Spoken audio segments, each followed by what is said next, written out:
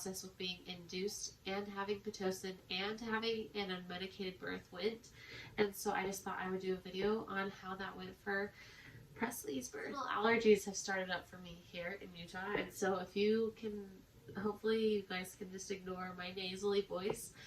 It's been 5 weeks since Presley was born, and I've been wanting to get this video out, but we have been just adjusting to a family of 5 and soaking in all this time with Presley, so I haven't had a lot of time to vlog, but I hope that I can get back on track and kind of explain how things went with Presley's birth. She was 5 weeks old, and if you guys saw my video, I think it's called "When Is This Baby Coming?"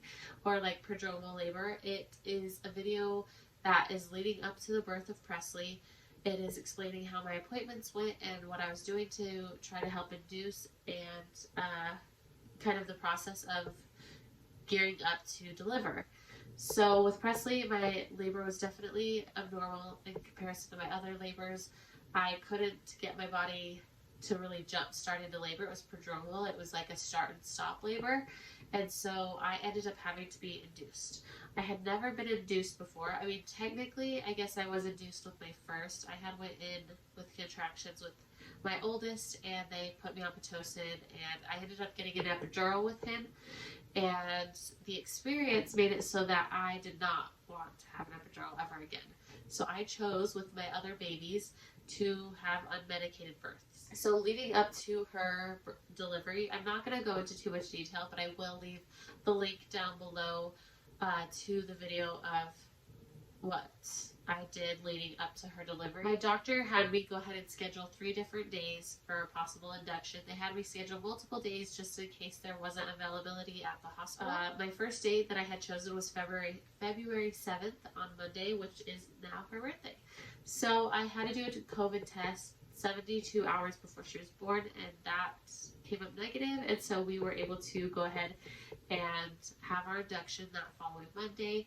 The labor and delivery called me the day before at 3:30ish or so and said, okay, we have space for you.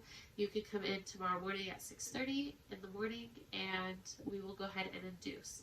I had let them know that I've never been induced before, so I was a little nervous, and they said, well, make sure you eat something before because you'll be on a clear liquid diet until once you're here, until your baby is born. And they kind of just gave me a little brief rundown of what would happen. They said that we would discuss how we would induce as soon as I got there, and we could tell how far dilated I was and kind of what the doctor would suggest. They asked if I had planned having an epidural. I told them no. I like to preface that by saying I've had multiple births without an epidural, because a lot of the times when you say, at least I feel like a lot of times when you say I am planning on not having an epidural, they'll be like, okay, but you know, almost like doubtful. And so I always like to add in, well, I've had multiple unmedicated births before, and so it's kind of like, I know what I'm doing. I've done this before, and I'm going to do it again. Let them know that was kind of my plan. And so anyway, that night I researched ways to be induced. I really didn't want to use Pitocin. I had read so many things that said that Pitocin would make contractions stronger and more painful, and that it could stall out your labor, all these bad things, and I was really nervous about it. I only read a few things that said Pitocin would be good or be helpful, and so I was really nervous going into it, but I had told Brandon ahead of time that if Pitocin was our best option, then we were just going to go ahead and do that. So much like Christmas Eve, we couldn't sleep. Xander was so excited he couldn't sleep, but we got up the next morning and we went into labor and delivery. We get there, you check in, or at least for my hospital, we checked in in the women's services. You go through like locked doors, you have to call, they let you in, and you go through. I signed some paperwork, and they took us straight to the room. They gave me a gown, grip socks, and actually like what I would describe as almost like a tube top, but it just goes around the belly, and they used that instead of the Velcro belts. So with my first 3 kids, they use like the Velcro type belt that goes around and holds the contraction monitor and the heart rate monitor in place. But this was a lot nicer because they could easily adjust the monitors how they needed to, because it was just like a giant mesh tube top. essentially, around my belly, just around my belly. And then they were able to just cut it off when the baby was born, and they didn't need the monitors. Live. Just kidding. It's not So we yet. get in there at 6:30, and we were the only ones there, which was kind of nice because we were able to kind of get comfortable, and the nurses were in a rush. They were really great. We had 2 nurses and a med student, but she acted just like the nurses. She was like really, really incredible. All of our nurses were incredible. They did so. I mean, I wonder what our labor would have been like without them, because it would not have been the same. Yeah, all checked in, and they go ahead and start an IV. Go ahead and start the IV, and they put just water, like regular fluids, in my body so that I was well hydrated. And before they did that though, they checked me and they said I was 3.5 centimeters, which was a little discouraging because I was hoping I'd be a little bit more, but that's okay. I knew we were going to be meeting our baby that day anyway. And so we discussed what to do for an induction. They said usually we use Pitocin. I said I prefer not to because I am going unmedicated, but if that's what the doctor suggests, then that's what we'll use. And the doctor suggested we use Pitocin. So we went ahead and hooked that up to the IV, and the way they do it, I wish I could tell you specifically the numbers, but it's been 5 weeks and I'm sleep deprived, so I don't remember the numbers specifically. But in certain intervals, I wanted to say it's like every 30 minutes, but I could be wrong. But in certain intervals, they would increase the dosage of Pitocin. Oh my gosh. I cannot talk. So they would increase the dosage every so often as the baby could handle it. So now going unmedicated, I am a big advocate in using all your resources. All your resources. See, I cannot talk today. I am so tongue-tied. But use the birthing ball, use the bathtub, use walking around the hallway, the squatting bar, whatever you can to help bring that baby down, and helping stay upright is the biggest help in that, because you use gravity to help bring your baby down. With starting Pitocin, they wanted to make sure that the baby could handle that well, so we didn't want me up and walking around quite yet, but they were aware that that's what I wanted to do, and they were totally fine with it. So we start Pitocin at 8:30, and the baby wasn't handling it very well. Her heart rate kept dropping, and so I stayed in bed for a couple of hours instead, because we were just changing my position to help her heart rate stay at a healthy level. So I wasn't upright moving around like I had wanted to initially. Moving me around, getting her heart rate settled, I can feel the contractions increasing in intensity, but they were not that bad. Honestly, I didn't have to breathe through them. They were very manageable. I was just fine. And so I want to say about like 10:30 or so, I had told the nurses, okay, since her heart rate is now staying stable, can I go ahead and get up? So they said yes, and after a little bit, I think it was about 11 o'clock, they come back in, and they had the portable monitors that you basically could carry like a purse or put on like your IV stand and carry that around, and you're still hooked up to the monitor, so you can just move around with them. So they get me all hooked up with that, and also ahead of time, they had said that the doctor suggested coming in and breaking my water around lunchtime to help me progress, and I agreed to that. So we get me all hooked up to the portable monitors. I said, let me go to the bathroom really quick, and then Brandon and I would go ahead and start walking the halls. And as soon as I was in the bathroom, the doctor came in to break my water. So I come out of the bathroom, get settled back on the bed. The doctor checks, and I believe I'm about 4 centimeters at this point. So the Pitocin's doing some work, but not a lot, maybe 4.5 centimeters. And the doctor goes ahead and breaks my water, and things intensify very quickly. Pretty immediately, my body went just like jump started on its own into labor, and contractions picked up really quickly. In fact, my contractions picked up and my body was doing what it needed to on its own. The nurse turned off the Pitocin, because you don't want your contractions so strong and so back to back that the baby can't take a break.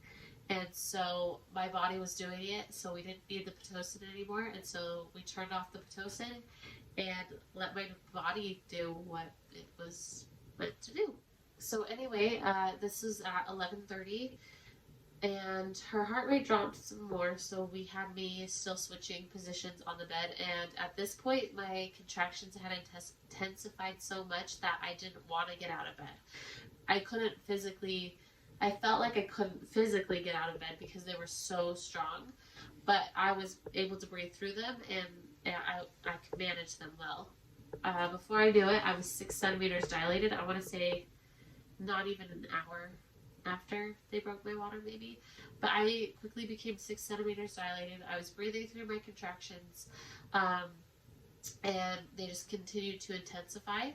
And Brandon would apply counter pressure to my back. The nurses would apply counter pressure to my knees, and showed Brandon how to do that as well. That was the biggest help during the contractions. She was OP, so she was facing the wrong direction, and her head was like pushing against my spine, which causes for really bad back labor. I've had that before with my other kids, so I knew how bad that could be. It's like just so much more painful. But having counter pressure made a world of difference. Pushing against the knees, just, I don't know, it's just that counter pressure, and it helps tremendously. I would lay there, and as soon as I could feel the contractions start up, I would say, Brandon, okay, it's time.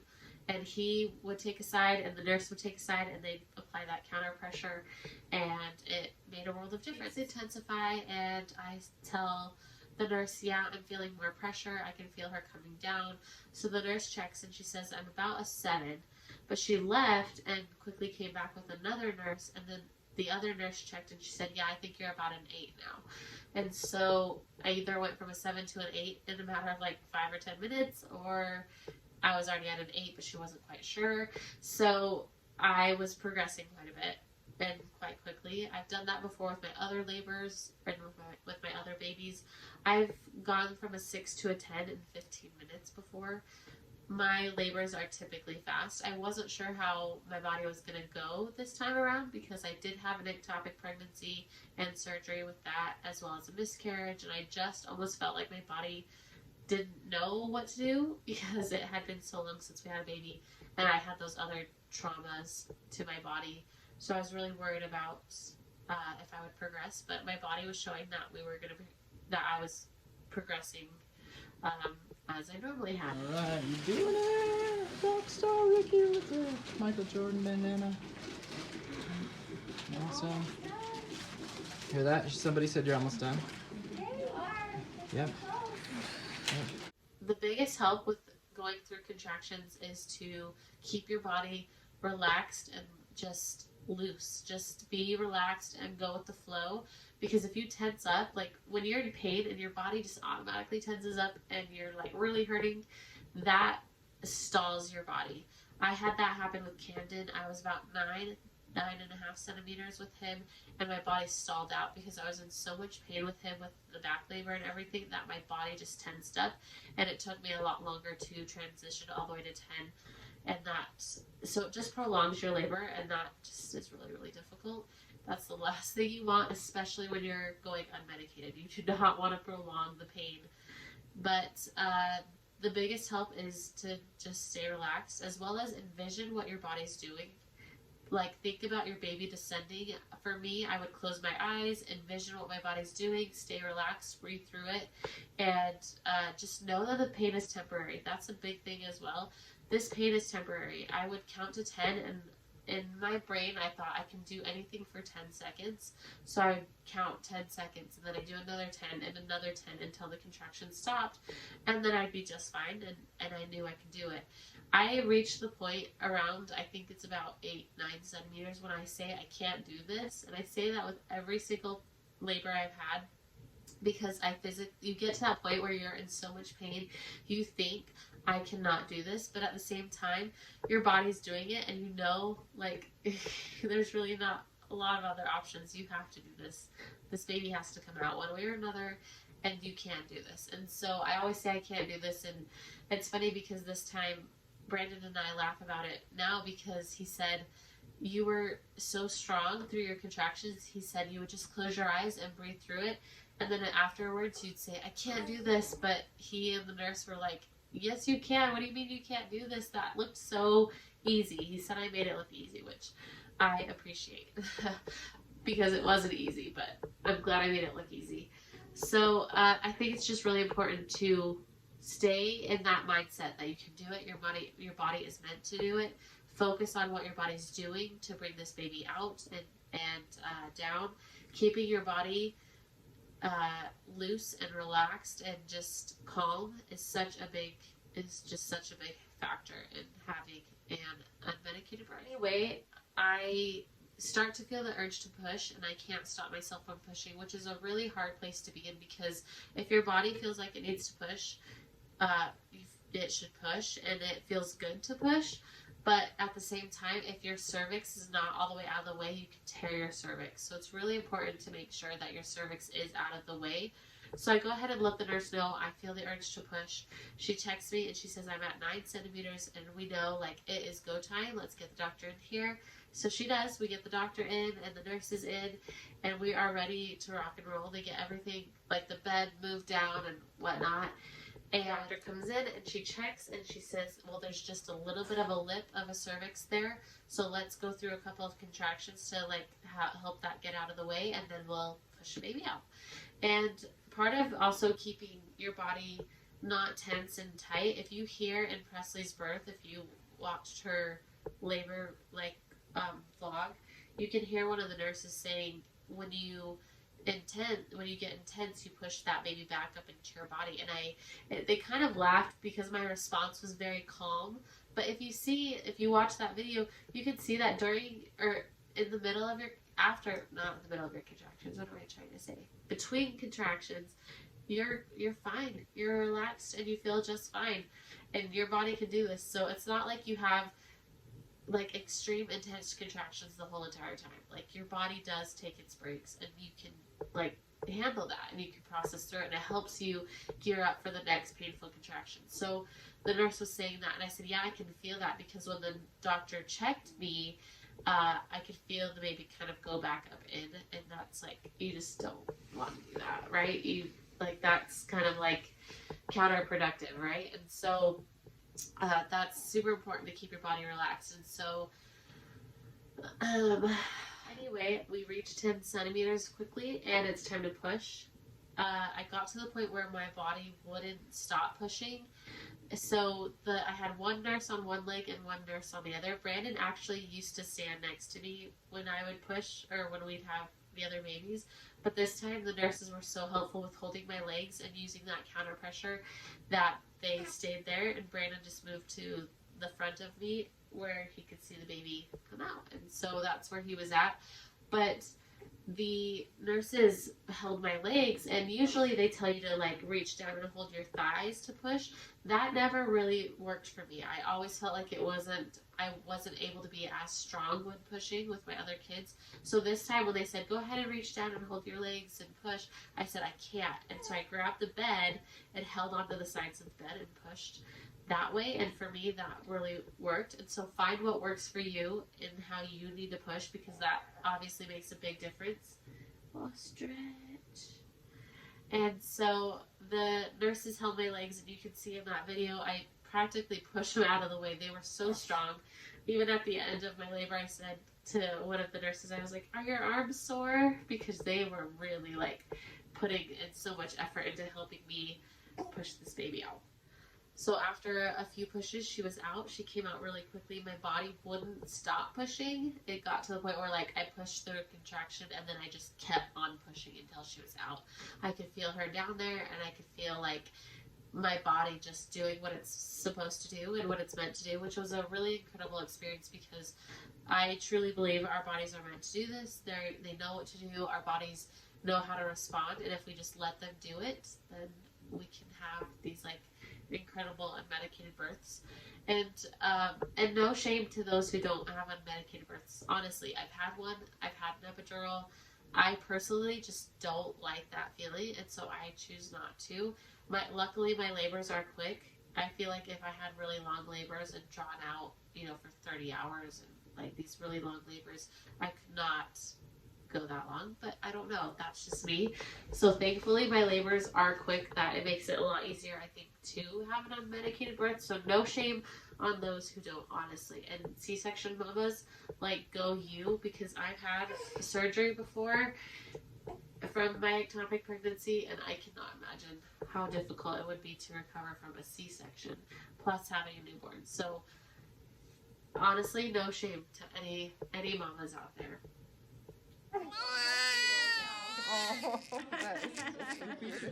Looking back, Pitocin started at 8:30. My water was broken at 11:30. Contractions really picked up at 11:30, and she was born at 2:15 p.m. She weighed 7 pounds, 10 ounces, 19 and a half inches long. Super healthy, lots of hair. It was so fun. It was so fun having Brandon announce that she was a girl. I feel like all the build-up leading up to finding out that she was a girl just made us so emotional because we were just bawling and just crying. And we were so happy. And it was really extremely... It was just a really precious moment for us to have Brandon announce that she was a girl. The reactions of our nurses, they were just as excited for us and touched by that special moment.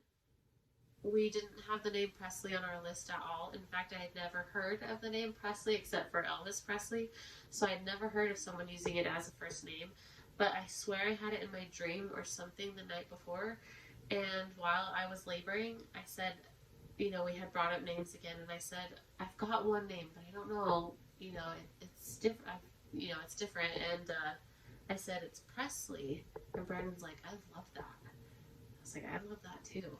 So then after she was born, we didn't really, you know, we were just processing. She nursed right away, and she did really, really well. Like with her coloring, she was able to just stay with us the whole time. So she had no complications, but my parents quickly came after she was born. They were there at the hospital calling us to try to come in to see her be born because they had gotten off of work, and we were just so in the midst of like the chaos of like how quickly she was coming that they didn't get to come in to see her born, but they came right after and they asked what her name was, and we told them we think that we're going to name her Presley. Also, I did not have any tearing. I haven't torn with any of my other kiddos, but I think perineal massage, oh goodness, plays a part in that. And so if you are going to be giving birth soon, definitely check into like a perineal massage. Like, you just do it to yourself. It's nothing awkward. But I think it does help with that. Huh? Yeah. What's the matter? What's the matter? But everything went well. The doctor let us do like a delayed cord clamping to make sure all the blood transferred from the placenta to her, and it just was really incredible. It was like just a wonderful, beautiful birth, and I'm really thankful that it went the way that it did, and we're so blessed that we have this little sweet baby girl. So that is how her labor went, how our labor went. I was really afraid of Pitocin, and I really am not afraid of it now. I think that it played a big aid in her coming, obviously, because my body wasn't going into labor without it. But I just don't want anybody to fear having Pitocin as well as trying to have an unmedicated birth. It's definitely, I don't think at all that it played a negative part. I don't think the Pitocin was a negative part of our labor at all. If you're planning to have an unmedicated birth and you have to be induced, please do not fear Pitocin. I really think that it isn't something that should be feared and should be so badly talked about, because it obviously worked for us and it worked in our favor. That's how Presley's birth story went. And if you guys have any other comments or questions, please feel free to reach out. I would love to answer them. Are you gonna wake up now? Also, I wanted to show you guys, but I don't know if she'll let me show you this. Oh goodness, this breastfeeding shirt. If you guys have heard of latchedmama.com, they have the most amazing clothes for breastfeeding. This one like comes open on the side, so you just kind of reach around. Anyway, she's not really letting me show you guys. I think she's ready to eat. It's okay. Now I have her latched, but definitely check out Latched Mama if you are breastfeeding. They have awesome tops and sweaters and dresses and rompers and tank tops, all these awesome outfits that you can have for breastfeeding that are super convenient.